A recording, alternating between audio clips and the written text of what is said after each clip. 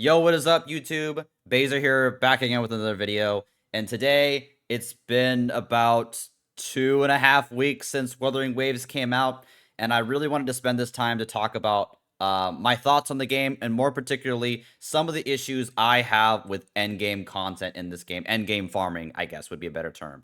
So here I have my lovely chat over on my Twitch, twitch.tv/razorninjas. Link will be in the description. Check us out. I literally stream like 12 hours every day. So make sure you guys check us out.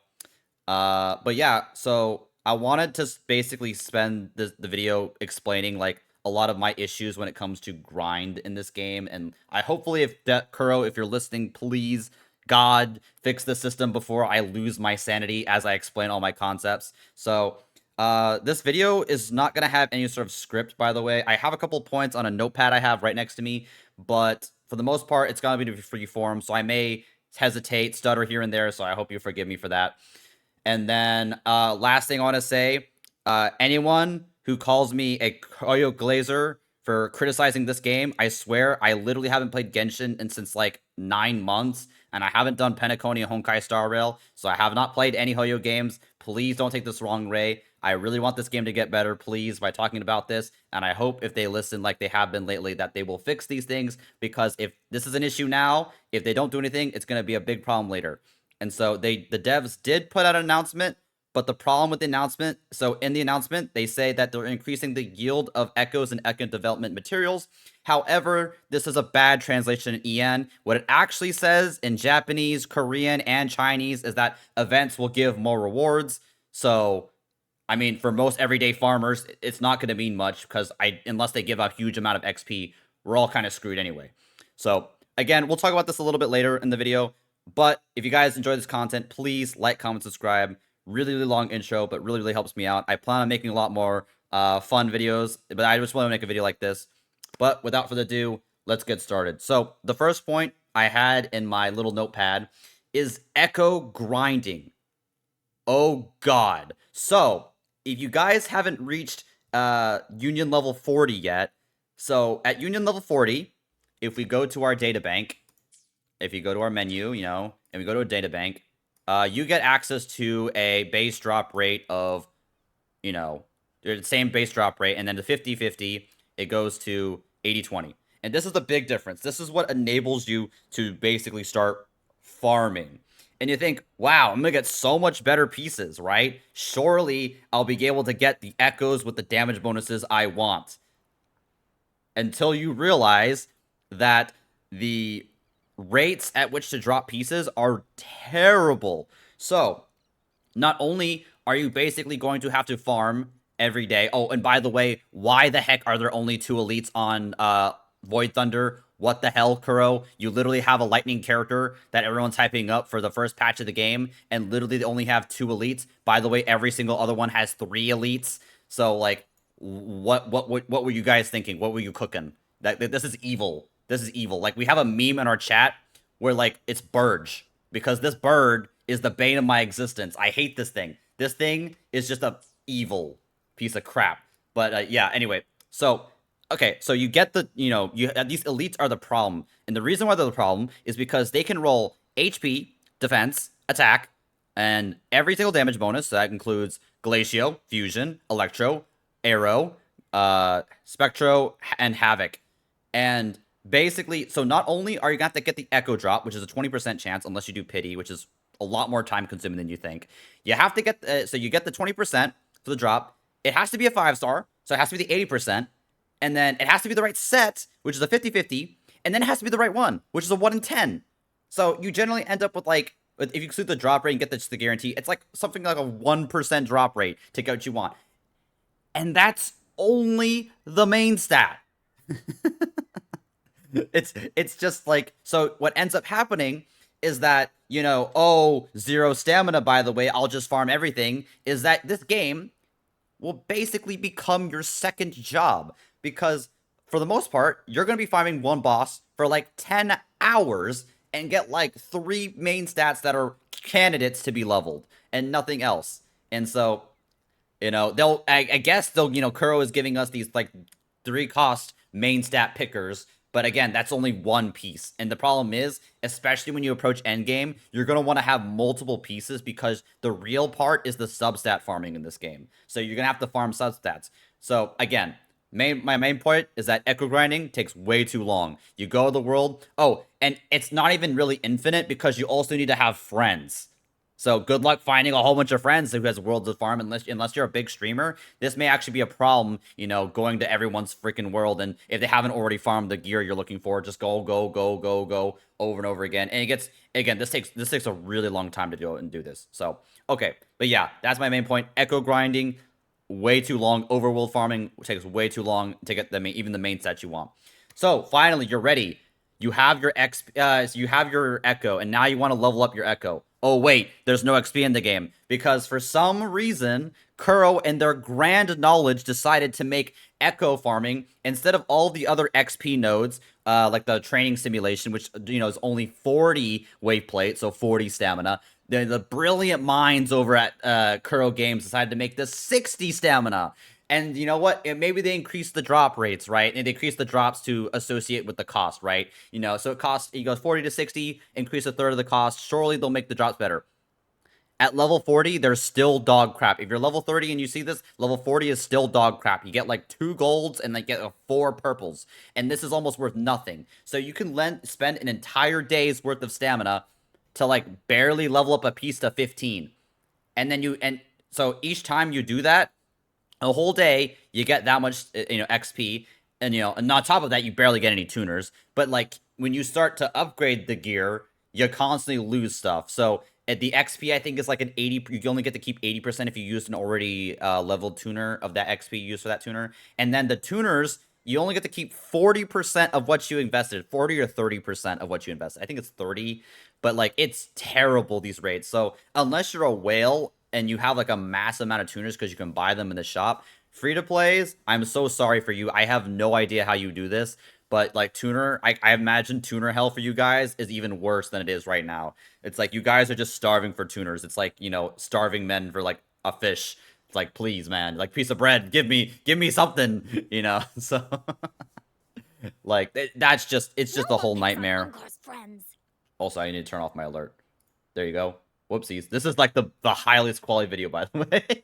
So, but yeah, tuners are a huge problem. And then my suggestion to Kuro, if you're listening, is please at least make this cost 40. This is not worth 60 stamina. I think that would make us feel a little bit better. Please, God. If not, gives us increased rewards for the drops. I know there are some content creators who are going out and saying like, oh, wait till you're level 60. But people don't realize a lot of people are not going to reach level 60 until like a month and a half to 2 months. And I don't want to wait this long to realize this issue, because if I assume things scale linearly, we're going to get 25 tuners and like maybe a couple more pieces. And then again, it still takes forever to level up one piece. So again, if you do a lot of farming, if you do spend no life your game on this game like I have, you're going to end up with 1,000 candidate pieces you want to level up, but only like enough XP to barely level like one piece to 15 every day, which is like, what the heck's the point of that? And then you're not going to run out of tuners, so like you can't even level anything. So cool, you can farm infinitely, but farming infinitely doesn't do crap in this game. It doesn't do jack squat, which is obviously what Kuro intended, but to quote unquote bloat out the game. So there's been a meme going on in the community basically saying it's like, oh, mint picking in Genshin Impact. No, echo picking in this game. So you're just basically mindlessly farming enemies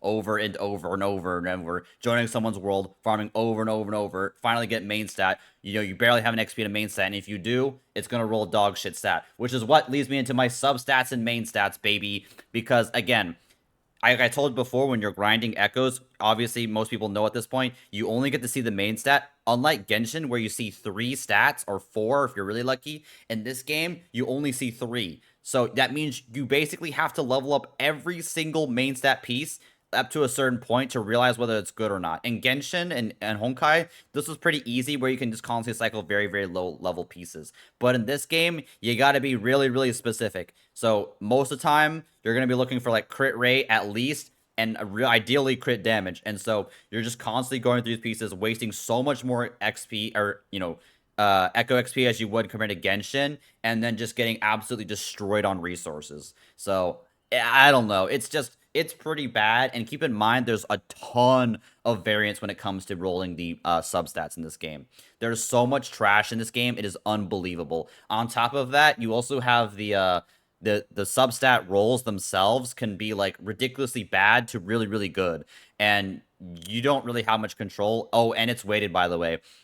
There's been some data out, but I don't think it's really finished yet. I think there's a high likelihood you're going to end up with a sub 7% crit rate piece. So crit stats insanely hard to get in this game already, but they just made the stats even worse, so it makes it even harder to get good pieces in this game. But yeah, so again, there's a whole bunch of stuff with echoes. I kind of wish they did it, but I think the biggest change they could do is either, ideally just fix tacit fields to give us more materials. I think that would solve a lot of the problem, or like allowing players to maybe like do some sort of limited time, kind of like Genshin. I would appreciate something like Genshin's like weapon XP system, where like maybe a very limited times amount of day you are allowed to like synthesize Echo XP materials. I think that would drastically make the experience a lot better for a lot of people. They could make it limited so like people aren't able to like infinitely farm XP like some people are claiming, which I think is kind of silly. But yeah. And then so yeah, that just again, I also want to bring up the point that I think we should be talking about this issue now. A lot of content creators have been saying, "Oh, we wait until we're level 60 to find out how good this is." I think that's cap. I think we should be talking about this now because I don't think it's going to get much better, to be honest, at this point. As a level 40, there's 2 more stages, and I expect 2 more stages of grief for us. That's us who actually play the game all the way. So yeah, so that's my point of echoes. That was a lot of the main points, but I did want to bring up some possible other points I did want to bring up and some concerns I had. So I did want to talk about leveling characters. So leveling characters in this game has a lot more impact compared to Genshin Impact, where like level 89 doesn't mean crap. Levels actually impact how much vibration bar you do and how much a lot of the base defense calculations, if I remember correctly, for this game. So it's a lot more of incentive, like a 10% difference, like from 80 to 90 to like actually level your characters. The problem is that leveling your characters in this game is a complete nightmare because when you do bosses, unlike Genshin, they cost 60 stamina rather than 40, and it's almost the same freaking rate so far. Maybe it'll get better, I hope, maybe. But right now it takes an insane amount of materials, not let alone the ecosystem, but it takes an insane amount of materials right now just to get 3 units level up. But for Tower of Diversity, ideally you want 9, at least 9. Like ideally the max level in order to be able to fully clear it. So again, I think they should honestly reduce this cost to 40. I was moving to another point. It's like, sure, Genshin has only like a limited pool and it's once per 8 minutes, and this game is once per 6 minutes and it's 2040. But I feel like this is a lot of the times going to be an illusion because in actuality, echo grinding, at least for XP and tacit fields, are a lot more expensive compared to Genshin. So it's almost the same. So I guess you get it slightly faster, but it's also more expensive. So you have this illusion that you're getting a better deal when you're actually not getting a better deal. So it is what it is. But I think I really do think that they should at least level it the stamina cost for bosses to 40. I feel like 60 is a little bit too extreme. Maybe reduce some of the XP you get, because I don't really care about some of the minor rewards we get. Like, you get a tiny amount of Echo XP, character XP, but I don't think that's worth justifying a 60 cost, to be honest. Especially with the way tacit fields are now, I just don't think that's justifiable. And then I did have one more bonus point I wanted to bring up is endgame. So I really, really hope Kuro, obviously it's beginning of the game, expect the players to just explore the first initial region and figure out systems and stuff. We don't really know what we're doing.